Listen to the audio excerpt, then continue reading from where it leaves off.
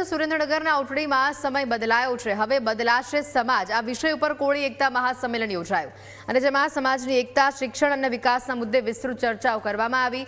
સંમેલન દરમિયાન આગામી સમયમાં કોળી સમાજમાંથી જ મુખ્યમંત્રી બને તેવો હુંકાર કરી સંકલ્પ લેવાયો। લીંબડી તાલુકામાં કુલ 2.5 લાખ મતદારો સામે 1.5 લાખ જેટલા કોળી સમાજના મતદારો હોવા છતાં સમાજને અન્યાય થઈ રહ્યો છે। હવે જે રાજકીય પક્ષ કોળી સમાજના ઉમેદવારને ટિકિટ આપશે તેને જ સમર્થન આપવાનો મક્કમ નિર્ધાર કરવામાં આવ્યો છે। આ મહાસંમેલનમાં મોટી સંખ્યામાં સમાજના આગેવાનો અને લોકો ઉમટી પડ્યા હતા।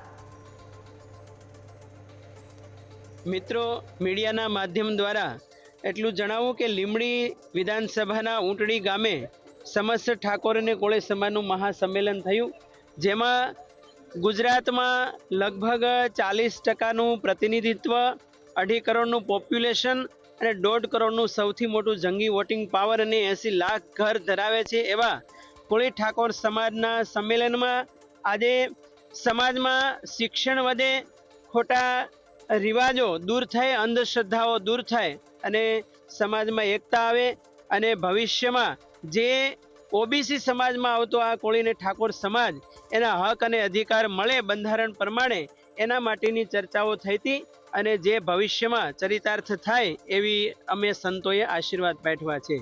આજે સંમેલન લીંબડી તાલુકાના ઊંટડી ગામે કોળી ઠાકોર સમાજનું સંમેલન યોજાયું હતું। એનો માત્ર એક જ ઉદ્દેશ છે કે કોળી ઠાકોર સમાજની એકતા રહે અને જે કોળી ઠાકોર સમાજને તેના હક નથી મળતા તેના માટે આ સંમેલન યોજાયું હતું।